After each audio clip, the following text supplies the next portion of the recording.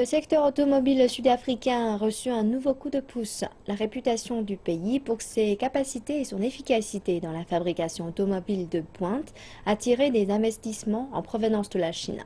Beijing Automotive a signé un partenariat avec la Société de développement industriel d'Afrique du Sud pour construire des ateliers de fabrication automobile d'un montant de 800 millions de dollars.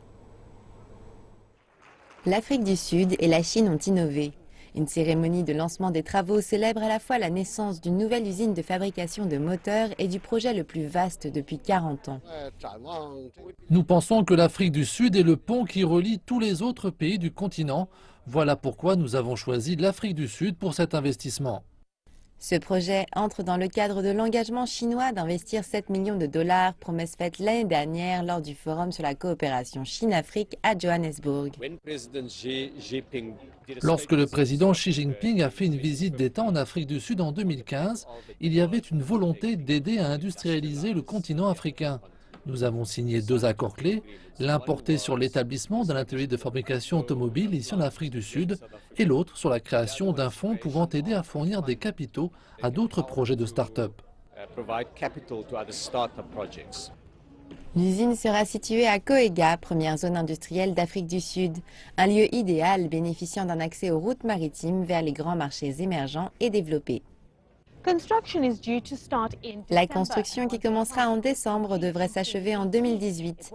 50 000 véhicules pourront sortir chaque année de cette usine, un chiffre qui doublera lors de la seconde phase dans le cadre de l'expansion de la société qui prévoit de desservir les marchés de l'Afrique subsaharienne et du Nord. Beijing Automotive, qui est le 4e plus grand constructeur automobile en Chine, a également des projets d'exportation vers le Moyen-Orient et en Amérique du Sud. Beijing Automotive exporte déjà dans certains pays d'Afrique. En conséquence, cette usine sera en mesure de soutenir ces exportations.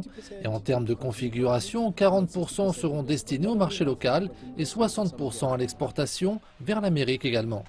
La fabrication de moteurs contribue à environ 7% du PIB de l'Afrique du Sud. Elle a plutôt bien résisté malgré une conjoncture économique difficile. Et avec l'aide d'un système complet d'incitation à l'automobile, elle continue d'attirer l'investissement des constructeurs mondiaux.